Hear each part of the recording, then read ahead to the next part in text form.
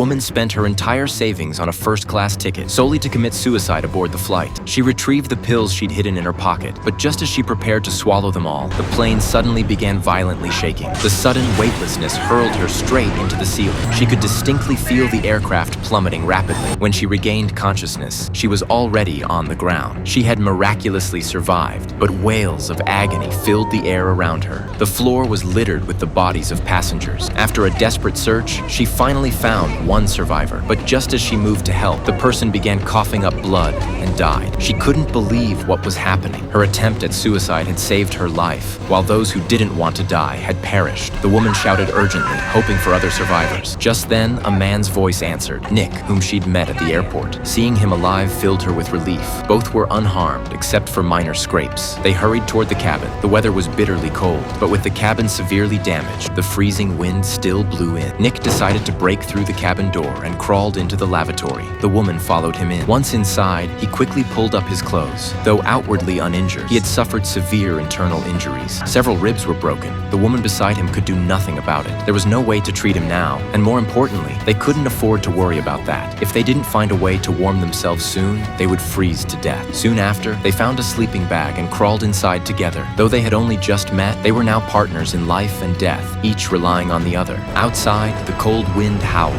but they huddled close, sharing warmth. Once their bodies warmed, they began to take stock of their supplies. They discovered they had only enough food and water to last 2 days. They had to find more provisions, as they had no idea if the airport had received word of the plane crash. Yet the next morning, the woman's depression resurfaced, sending her into a state of agitated restlessness. She had a lifelong tendency toward suicide, a hereditary condition. Both her grandfather and father had taken their own lives, leaving her with an ingrained sense that she too would eventually die by her own hand. She had attempted suicide by slashing her wrists many times before, but never succeeded. This time, she had planned to take pills on the plane, but the crash had thwarted her. She tried to open the door for fresh air, only to find it frozen shut. Exhausting every method to pry it open, she felt on the verge of madness. Finally, she kicked it with all her might and managed to break it open. Breathing the outside air brought her a fleeting sense of relief, but immediately afterward, she discovered something terrifying. In just one night, snow had completely buried the entire crash site, even freezing the passengers' bodies solid. At least this meant the corpses wouldn't decompose. Seeing this scene made her even more miserable. She was the one who wanted to die, yet she was the one left alive. Life was truly unfair, but grieving now was useless. What mattered was that she was still alive. Yet in these conditions, neither of them could endure much longer. The snow outside was falling heavier and heavier. Nick felt they couldn't stay here forever. They had to leave immediately.